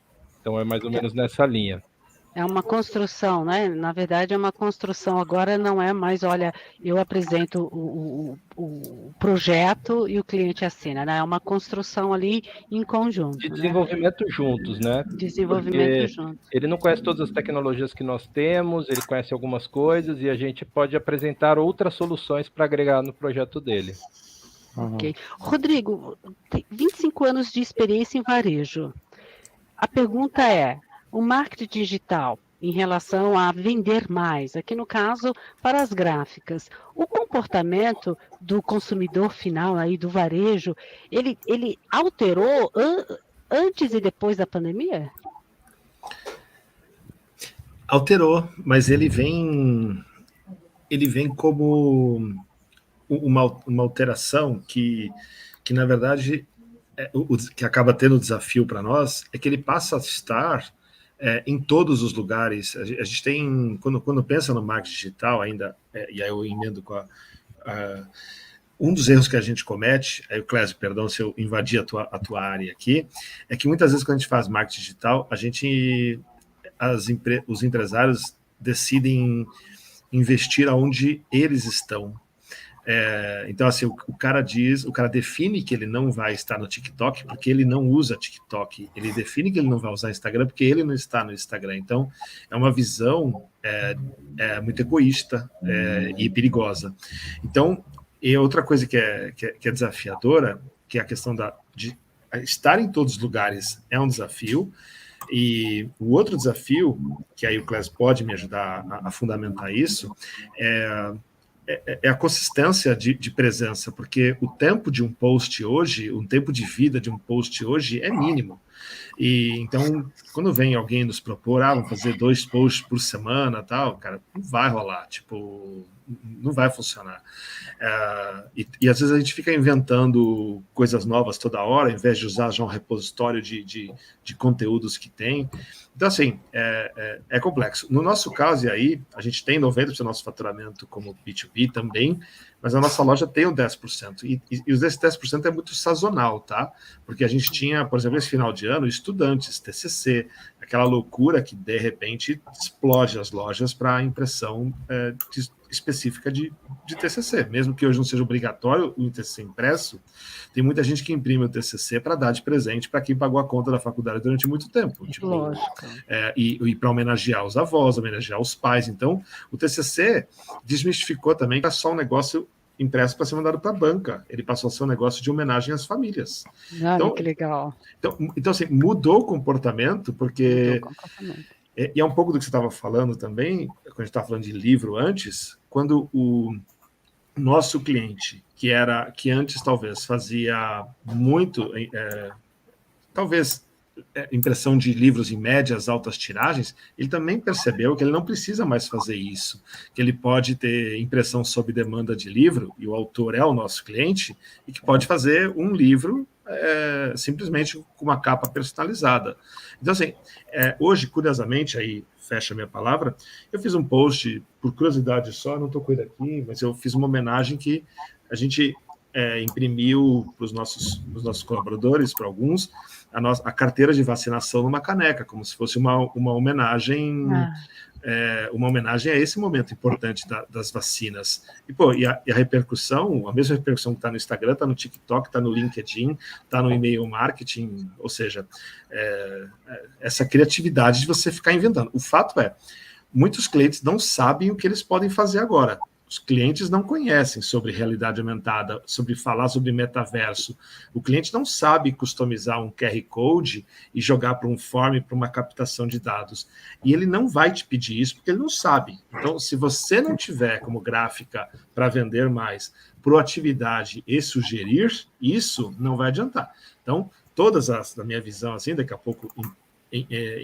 interferindo no negócio da Cássia ali na Antilhas, todas as sacolas vão ter que ter realidade aumentada. É indispensável. Todas as vitrines da Marisa vão ter que ter realidade aumentada, porque o metaverso agora começa a ser a nova palavra na onda. E a impressão está totalmente ligada a isso, tá? Porque na hora de fazer a vitrine, a adesivação é gráfica. Na hora de fazer, impressão. Então, assim, então, esse é o ponto. Tipo, imaginar sempre que o papel continua sendo parte extremamente relevante da jornada, só que não mais como fim, agora como meio de uma integração digital. Que é mais ou menos o que o Daniel estava falando, né? Que Isso. quando é feito o projeto em conjunto, né? Aí entra a participação das gráficas e fala, olha, eu tenho esse portfólio. São essas indumentárias que nós vamos utilizar agora para o mundo atual, para o né? Clésio, quer fechar? Sim, não, acho que o Rodrigo foi muito feliz nesse caminho que ele seguiu, que assim, hoje a gente está naquela era que todo mundo se convenceu de que digital é necessário e que precisamos fazer, mas basicamente as pessoas não sabem muito por onde começar e o que fazer. Então, até a gente como na Sorrey, né, que atua muito como uma agência, é muito importante que a gente tenha clientes que saibam, claro, não saibam o que querem, né? A gente tá ali para pegar na mão e fazer, mas é muito difícil você conduzir processos quando o cliente não tem a mais vaga ideia do que ele procura. Então a gente vai procurar implementar uma fórmula de sucesso ali, mas a gente percebe que a grande chave de sucesso entre os clientes são aqueles que sabem um pouco mais do que querem, sabe? Inclusive tem um caso de uma gráfica, né? Acho que até para responder a pergunta, que nos procurou, dono de uma gráfica nos Jardins, queria digitalizar, já tinha estudado, ele não tinha o conhecimento técnico propriamente dito, assim, para operar as ferramentas, mas ele conseguia conversar, a gente conseguia debater ideias, sugerir, e foi um caso muito interessante, porque a gente traçou um funil ali para ele, então traçou as mídias que ele ia atuar, então no Instagram ele ia fazer um conteúdo, no Google ele iria com campanhas de performance, e principalmente ele confiou nisso, né? Porque é muito difícil você vender esse tipo de produto, de serviço, porque imagina, se a rede social, muitas vezes as pessoas já acham que é intangível, imagina gestão de tráfego, né? Imagina Google, Facebook, que são coisas que só vê quem é a segmentação. Tem clientes que nos cobram a gente porque não está vendo a publicidade, mas ele não é target. Então é algo muito louco que, assim, em primeiro lugar, acho que a gente tem que confiar, né, que é o caminho, a gente tem que se esforçar para aprender um pouco mais, e isso vai fazer sucesso, vai dar certo, vai fazer gráficas venderem mais, assim como todos os outros business que a gente já pôs a mão, porque é fato, né, as ferramentas elas são poderosas, basta a gente saber usá-las. Interessante. Olha só, Alexandre Ribeiro, boa noite a todos. Primeiramente, parabéns, excelente conteúdo. Gostaria de saber como estruturar um bom marketing digital e acertar na estrutura de persona. Eu acho que a professora Renata comentou aí sobre persona, não foi, professora? Foi, mas acredito que o Clésio também ele pode dar muitas dicas sobre isso no dia a dia dele lá, né? Então, eu falo isso por mim mesma, né? Porque persona é mais do que o público-alvo, né? É aquele avatar, aquele personagem fictício, que quando eu vou fazer qualquer campanha, né, por tráfego pago, a gente pensa assim, quem é a minha persona? No meu caso, eu trabalho com professores, né, que querem empreender no digital. Então, essa é a minha persona hoje. Então, eu sempre penso, bom, a Ana, ela é professora, ela não tem tempo, como que eu posso facilitar a vida dela? Ela tem filhos, ela leciona e ela também quer fazer o curso dela online. Então, como que eu projeto a Ana na minha mente para que eu consiga fazer toda a comunicação, né? E trabalhar toda a parte de mídia paga, enfim, orgânico. Eu faço muito orgânico, tá? Eu faço pouco tráfego pago. Por quê? Porque eu acredito muito no orgânico. Então, né, na minha persona, a gente trabalha de forma bem personalizada, né, eu tenho um nicho, eu não atuo, né, num grupo grande, e é aquilo que vocês falaram de micro-influenciadores, né, que trabalha direto com aquele público. Então, é assim, gente, quando você trabalha também o lookalike, que o Clésio falou, que é o público semelhante, né? Se você já tem as suas vendas, enfim, você sobe as suas campanhas para o Facebook Business e fala para ele, né, de um público semelhante para você conseguir trabalhar a sua persona. Mas, assim, a dica que eu dou começa e você vai adaptando a sua persona, porque é de acordo com o dia a dia que você vai entendendo, né, de fato quem é. Que legal. Alguém gostaria de comentar? Tem aí como acertar na estrutura da persona? Depois dessa aula não tem nem o que falar. Estou aprendendo aqui. Verdade. Tenho algo para complementar. Por favor. Eu gostei muito da fala dela, mas é importante dizer, e aí mistura um pouco com o assunto anterior do marketing de conteúdo, tá? Tem muitos projetos hoje que a decisão dos projetos do mundo gráfico, a decisão não é individual de uma pessoa, a decisão passa por diversos departamentos, e identificar persona quando você tem um negócio que passa por múltiplos departamentos é difícil, é um desafio, porque cada departamento toma decisão de compra por um motivo diferente, tá? O departamento de marketing por consistência de cor, talvez, ou por velocidade, o departamento de merchandising por causa do prazo de entrega, o departamento de compras é aquele que te espreme e só quer preço. Então, você de um mesmo pedido, de um mesmo produto, identificar numa mesma empresa inúmeros personas é um grande desafio. É diferente, isso aqui é muito complexo, não É um processo. assim, não é sei lá, não é varejo. A gente tem negócio que entra branco de um lado e sai colorido do outro lado. Então, mas de novo, então essa identificação por departamentos é muito complexo. De logística é outro argumento. Então você vai ter que criar muitas vezes no mesmo cliente seu inúmeros personas diferentes. E aí eu volto a dizer, o marketing de conteúdo talvez é um dos melhores a ajudar isso daí. E a comunicação diferenciada para cada persona, né? Exatamente. Que é o nosso dentro desafio. De um mesmo, mas esse é o ponto, né? Múltiplas personas dentro de um mesmo cliente tomando a decisão junto. Isso é muito E aí complexo. você entra no Facebook, na Google, enfim, você tem que fazer várias campanhas para cada persona, porque para cada um você tem que ter uma identificação. Tem um outro ponto importante, que e aí o Clésio pode ajudar aqui a raciocinar se for o caso, mas a gente tem que pensar o seguinte, a gente fala, e a gente falou aqui, nós todos das gráficas somos B2Bs, e aí tem uma grande questão que é o seguinte, o nosso cliente é B2B, a persona que a gente vai impactar é B2B, só que muitas vezes o perfil dele da mídia social é no B2C. É no B2C. Ele não fala com você. Então, o login dele nas mídias sociais não é geralmente a empresa, fora no LinkedIn, geralmente tá. Então, também tem esse outro desafio de identificar a persona, porque tem gente que não mistura profissional com pessoal. Sei lá, e aí ficaria aqui, precisaria de um vinho, uma cerveja. Vamos fazer um documentário aí um pouquinho mais longo. Não, muito interessante. Olha só, o Jefferson Zampeiro, ele fala como deve iniciar a digitalização de uma empresa. E aí vem também, eu vou pegar aqui essa pergunta dele e também me falar sobre a impressão que eu estou tendo aí com a nossa discussão. Será que, por exemplo, o marketing digital, ele está ocorrendo nesse momento, né? Dentro do que estamos vivendo, e parece que ele é muito desafiador, porque ele está fazendo as duas coisas, ele está vendendo um produto, mas ele está, de alguma forma, também educando este mercado, né? Colocando parâmetros, né? Então, é como se o profissional de marketing hoje digital estivesse atuando nas duas pontas, né? Porque como uma professora, a Renata, né? Se eu for fazer a minha persona, eu vou falar, olha, por onde começar? Primeiro eu tenho que perguntar aquela pergunta, quem eu sou, aonde estou, né?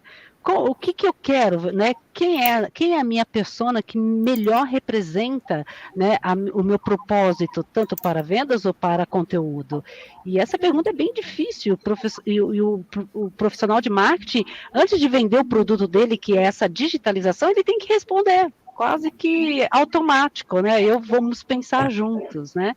Então, a digitalização de uma empresa, se vocês pudessem aí resumir, que a gente já está caminhando aqui para o fim, né, para que todos os nossos alunos aqui, empreendedores, principalmente aqui no Senai, que nós somos aqui indústria, né, e temos muito pequenos empreendedores e grandes também, mas na faculdade nós temos muitos jovens tentando aí a sua vida empreendedora. A digitalização, se fôssemos falar um departamento, escolher um produto, por um produto, uma empresa que tem um leque de produtos, ela escolhe ela começa no digital, por onde seria? Começando por você, Léo. Léo, não, meu Deus, Daniel, a professora está precisando de férias, sabe? Ficou muito tempo no Teams, 24 meses no Teams, eu estou misturando Léo Gráfica com Daniel. Daniel, por favor. Legal.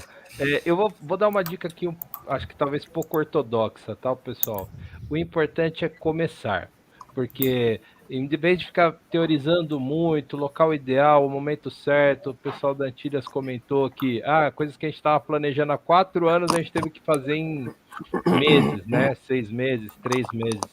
Então é sobre isso, assim, a gente teoriza muito às vezes e perde o momento da iniciativa.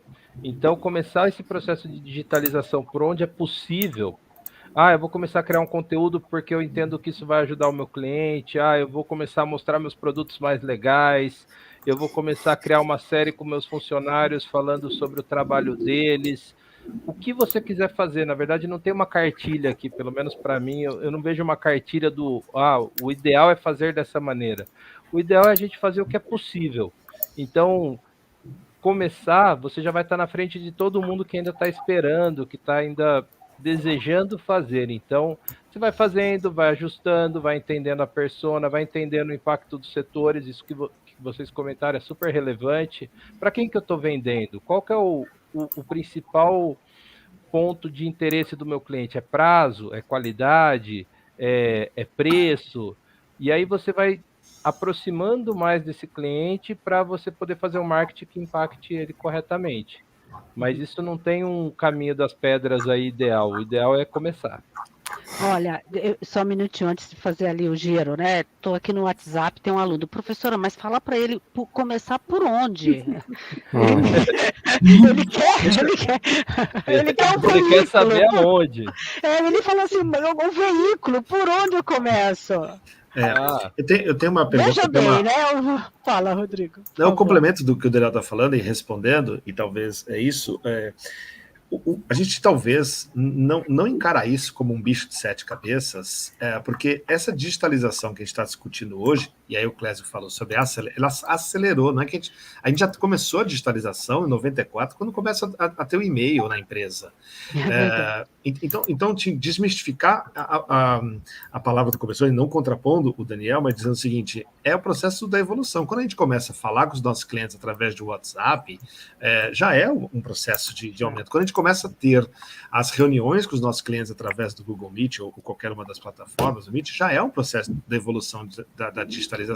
Então, acho que é muito mais perder o medo, e aí sim, concordando também complementando o que o Daniel falou, é perder o medo e fazer. Eu acho que essa pandemia, ela, além de acelerar, ela também nos deu coragem de fazer e de publicar coisas amadoras. Hoje a gente tem ferramentas como um Tracta, um Canva, qualquer um deles que ajudam a fazer design rápido com templates. Hoje a gente permite-se a fazer um vídeo no celular rapidinho, não precisa ter uma produtora de vídeo, nada. Faz e faz, só faz. Exatamente. Faz. Não fica pensando, aí talvez o perfeito é inimigo do feito. A gente fica esperando ter alguma coisa perfeita ou olhando para a grama do vizinho e não faz acontecer. Mas assim, não é um bicho de 7 cabeças. É muito difícil, porque é muita coisa para ser feita. Aí vai precisar da Sorrey, vai precisar da Alpha Graphics, vai precisar de nós aqui para ajudarmos a fazer. É difícil fazer sozinho, é muita coisa, mas sai fazendo, cara. E outra coisa eu concordo absolutamente quando o Clésio diz que a gente tem que gerar conteúdos personalizados para cada um dos canais, para cada uma das mídias. Beleza, mas se você só tiver um conteúdo, publique em todos e tá tudo bem. Tá tudo bem. Vai para cima. O mesmo vídeo pode ir para todos os lugares e pode ir para o seu blog. Não precisa. O ideal é o que a gente falou aqui, mas o ideal não necessariamente é o que precisa ser feito para dar o primeiro passo. E aí você edita, né, o conteúdo. Então é isso que eu faço. Eu faço uma live de 1 hora, edito, né, em fragmentos, coloco um pedaço no Instagram, Facebook, pego o Canva, eu mesma faço os templates lá, né, de uma forma personalizada e tá tudo bem. Não é ideal? Não é, mas é o que temos para hoje, né? E aí é o ideal. É o ideal. Exatamente, não pensar no perfeito, é o ideal. Exatamente, o ideal é fazer acontecer com o recurso que você tem. Então faz, não tem problema. É o ideal.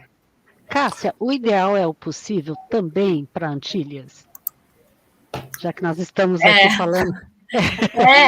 Você falou que você falou o seu processo. Né? O feito é melhor que assim, tem que fazer, não adianta a gente. E a gente precisa fazer isso rápido, né? Quando a gente fica muito preso no mundo ideal, a gente não evolui. Né? Eu acho que isso a pandemia também trouxe, essa possibilidade de errar. A gente pode errar e editar e fazer de novo, pede desculpa, vamos lá, o importante é fazer. Tem que fazer, não dá para ficar, porque sempre vai ter uma ideia nova, um conceito novo, uma coisa que a gente podia ter feito melhor, uma outra opinião. Então, a gente vai adaptando ali, vai levando melhorias. Tem que fazer. Pegando o ganchinho, só uma pergunta assim, meio aleatória, né? O comportamento tem que fazer, o ideal é o que é possível, e trabalhando em grupos, em equipes, dentro de uma pandemia, a mudança do comportamento, ela é um fator preponderante para que que ocorresse todo esse processo. Teve aí, dentro das experiências particulares, alguma experiência assim, mais relevante que vocês gostariam de comentar aqui conosco? Eu acho que sim, né? Até gostaria de pegar o gancho anterior, né? As últimas duas perguntas são as que eu mais ouço, né? De como fazer um bom marketing digital e como digitalizar seu negócio. E eu até me vejo no lugar da nossa audiência, né? Estudantes, empreendedores da área gráfica, vendo a gente que estuda pra caramba isso, né? Falar deve ser algo, pra gente já é complexo, né? Veja lá pra eles. Então, eu gosto de pensar que assim, é como se fosse uma nova empresa que você abre, né? Assim como você, por exemplo, um lojista adquire toda a experiência de comércio, quem começa com digital também começa do zero ali, sabe? Então, até para o seu aluno lá que estava pedindo por onde, né? Eu diria assim, é bom estar onde seu cliente está, né? Mas principalmente as redes sociais e um site eu acho bem importante de se ter. E aí é importante citar que hoje a gente tem ferramentas gratuitas de construção de site, tá? Acessíveis, então só para não deixar passar também as últimas duas questões, eu acho importante esses dois pontos, tá? Trabalhar nisso e futuramente também uma plataforma mínima de dados ali para você mensurar o comportamento dos seus clientes, como um Google Analytics, por exemplo. Beleza. E o comportamento? Alguém teve aqui uma experiência aí de trabalhar home office e ter que identificar ali que o melhor, o ideal não existe, né? O perfeito é inimigo do imperfeito, né?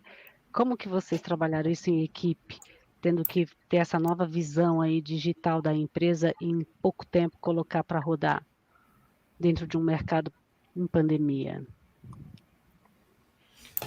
Posso puxar a fila, pessoal? Eu queria contar que a gente, na Leograph, a gente começou transformando tudo muito em vídeo. Vídeo para o WhatsApp, ter meetings e trocar, e comprando as ideias das pessoas, né? Nesse momento de crise, no momento de mudança assim tão grande, a gente precisa ouvir as pessoas. Então, muita reunião, ouvir todo mundo e tentar definir estratégias a partir disso. Menos cada um com seu chapéu, mas todo mundo pensando junto, assim. Perfeito. Alguma mais? Então, podemos ir aqui, ó, o impacto dos aplicativos para pequenos negócios. O que vocês vejam, Beatriz Almeida?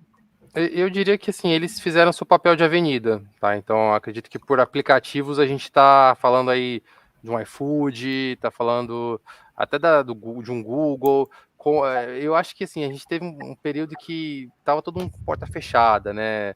Foi super complicado para os clientes da Sorrey, assim, a gente teve caras, assim, que tiveram que ficar fechados, vocês viram, né? 4, 5 meses aí, e tiveram que recorrer a esses aplicativos, né?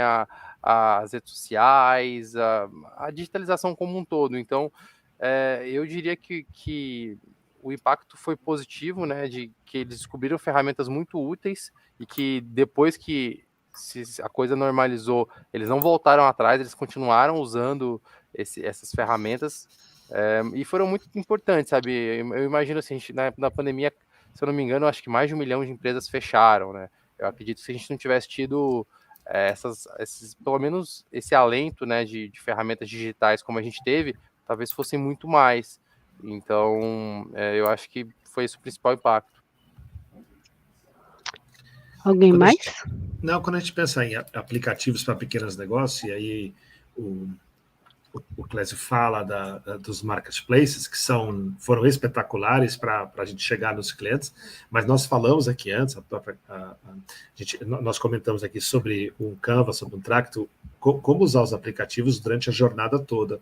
Então, e um dos grandes impactos que teve durante a pandemia foram os aplicativos de logística. Então, quando a gente vê o que aconteceu da porta de casa para passar a usar, a gente talvez tinha equipes próprias de logística, de repente é uma log, de repente é uma, sei lá, aí tem 1 milhão aqui, eu não preciso fazer propaganda de todas, mas foi incrível a jornada toda. Então, não adiantava você ter aplicativos para cada etapa da transformação. A gente se tornou, eu creio que a muitos pontos a gente se tornou muito mais eficiente e também mais enxuto, porque a gente passou a contratar muitos dos serviços que faziam parte da jornada toda, que eram internalizados, passaram a fazer sob demanda. E então eu acho que o impacto, a Beatriz foi muito feliz na pergunta dela, de que teve aplicativos de toda a cadeia. Perfeito. Alguém mais? Senão a gente passa para a nossa última pergunta. E a última pergunta é do Rui. Será que as gráficas tradicionais já entenderam esses novos desafios e realidades digitais e estão investindo em profissionais especializados?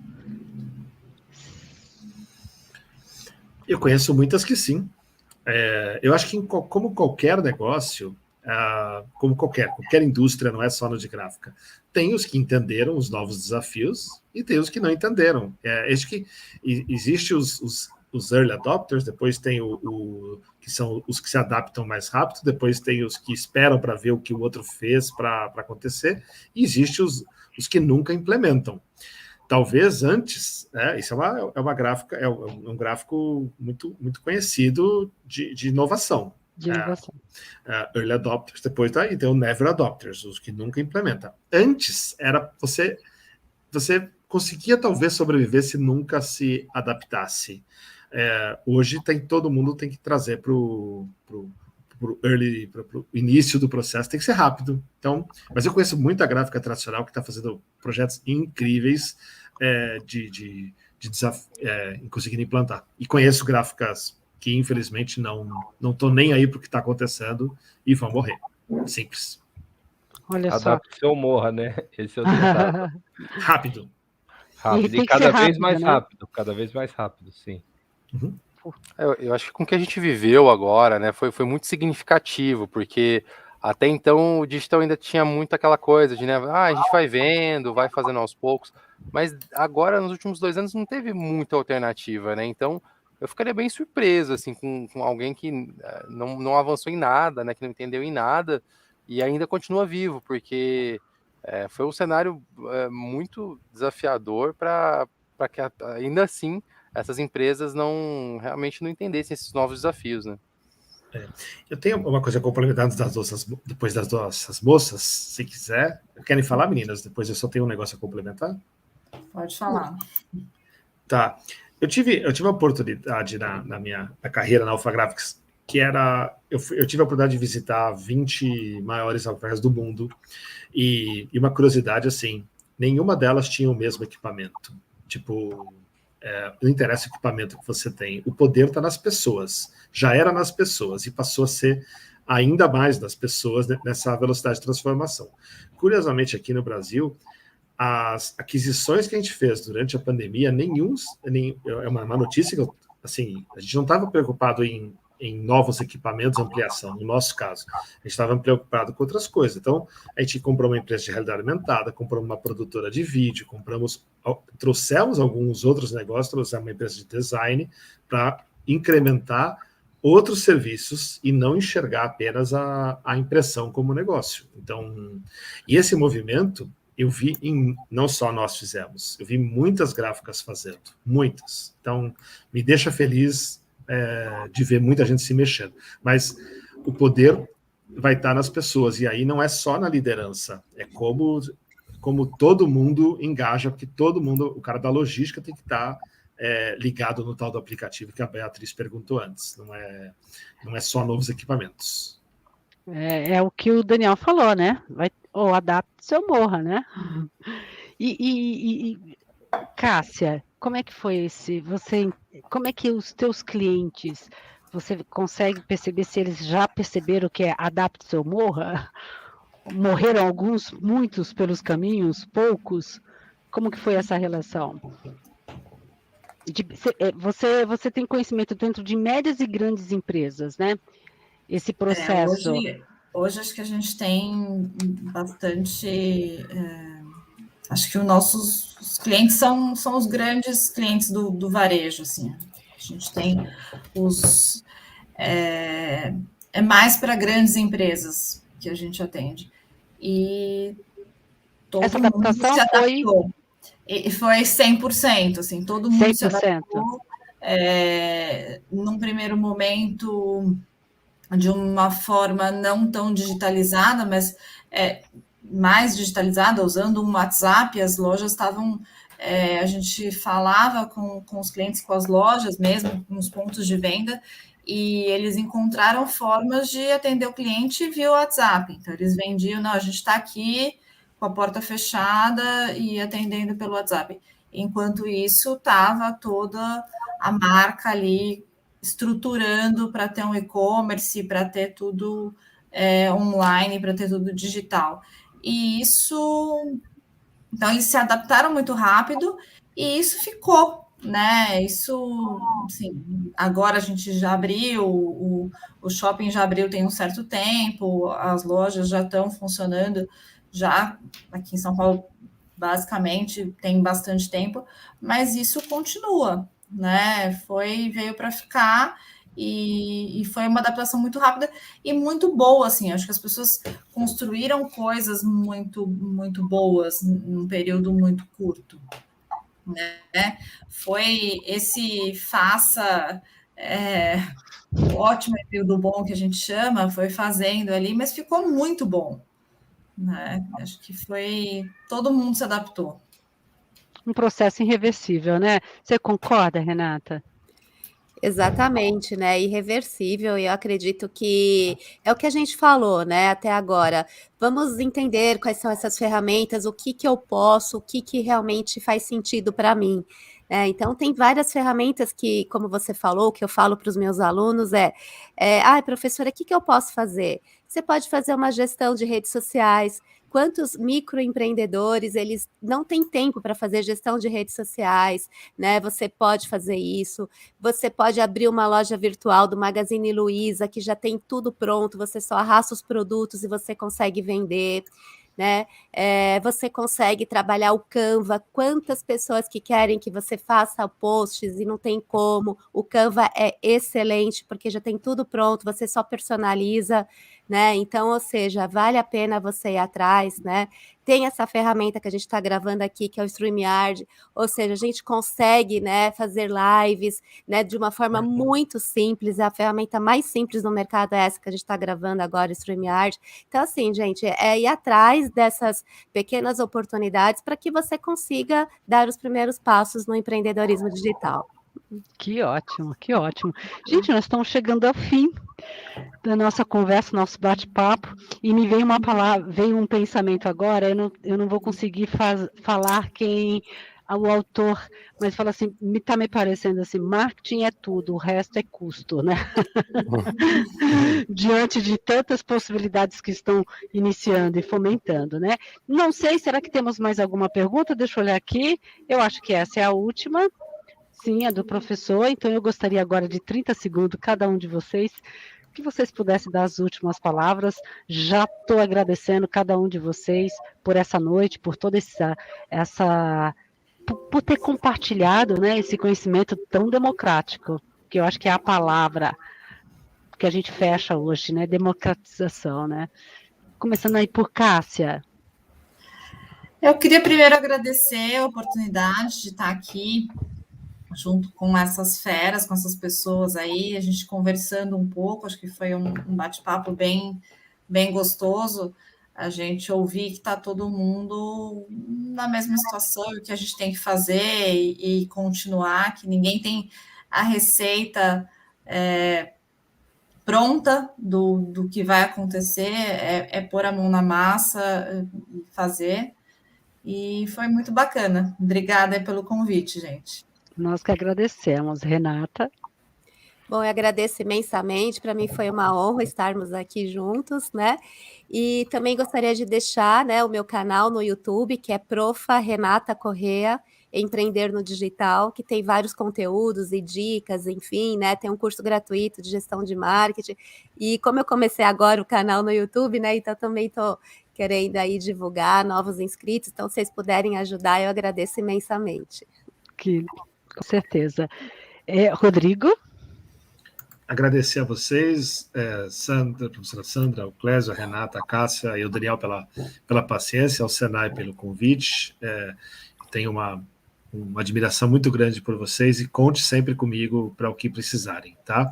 E a todos que assistiram, querendo visitar a Alpha Graphics, querendo visitar o escritório, saber sobre inovação, fiquem absolutamente à vontade. E aos que estavam aqui conosco no painel, comigo no painel, quem quiser se juntar, quem quiser fazer parceria com a Alpha Graphics, cara, a gente imprime, a gente vende sacolas, a Antila pode ser parceira, a gente imprime em grande quantidade, a Leograph pode ser parceira, a gente faz marketing digital para as empresas, a Sorrey pode ser parceira. Então, para nós, assim, ninguém vai ter tudo. Ninguém vai ter tudo dentro de casa. A chave vão ser parcerias. Então, eu deixo o meu contato aqui absolutamente disponível para quem quiser. É só entrar no LinkedIn e me procurar lá como Rodrigo Abreu Alpha Graphics. Obrigado. Muito obrigada, Rodrigo. E o Daniel? Oi, pessoal. Eu tô aqui dando uma falhadinha no sinal no final, mas quero agradecer todo mundo, tá? Muito obrigado pelos insights, por poder compartilhar esse momento com vocês.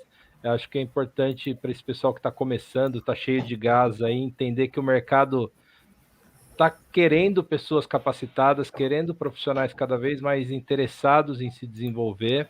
A Leograph também deixa as portas abertas, nós temos nossos workshops, podemos até estabelecer isso aí com o Senai, fazer uma visita de uma turma, seria muito legal aqui dentro da nossa empresa. E agradecer por poder aprender com vocês aqui, foi ótimo. Que bom. Clésio, quiser finalizar?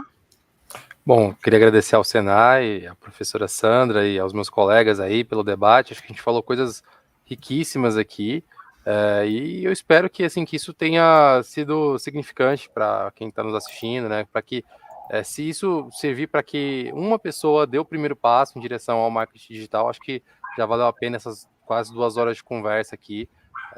Então, queria agradecer, deixar à disposição meus contatos, e a Sorrey também, né? Acho que o Rodrigo foi muito feliz aí, acho que hoje ninguém sobrevive só, então a gente está em busca de parcerias, tá? A gente quer ouvir novos desafios, então coloca aí meus canais e o site da Sorrey, sorrey.com.br, à disposição para quem tiver interesse. Obrigado, pessoal. E eu agradeço a todos vocês, foi uma honra para o Senai tê-los aqui numa discussão tão rica na nossa Semana de Tecnologia Gráfica. Então, muito obrigada, uma boa noite a cada um de vocês e vamos ter mais palestras. Muito obrigada. Obrigado. Obrigada. Pois é, gente, então chegamos ao fim agora da nossa palestra de hoje, na nossa Semana de Tecnologia Gráfica, no nosso quinto dia, né? Então, e amanhã? Amanhã teremos mais, às 19h30. Então, olha só, olha o tema de amanhã, o impacto da comunicação nos negócios, com Stella Baster, metodologia, arquitetura da fala. Então, amanhã é o dia de comunicar-se, então vocês não podem faltar. Lembrando que as nossas inscrições estão abertas até o dia 17/11, e o mês de dezembro teremos aulas experimentais. Então, convido a todos vocês que venham aqui presencialmente, obviamente, todos dentro do protocolo do Covid, respeitando todos os protocolos, mas nos fazer uma visita. Então, eu agradeço muito a todos, aprendi muito hoje, agradeço em especial a todos os painelistas e ao Clésio por nos esclarecer um tema tão atuante na nossa vida, no cotidiano, né? Quem hoje não está numa mídia digital? É isso, então, muito obrigada e até!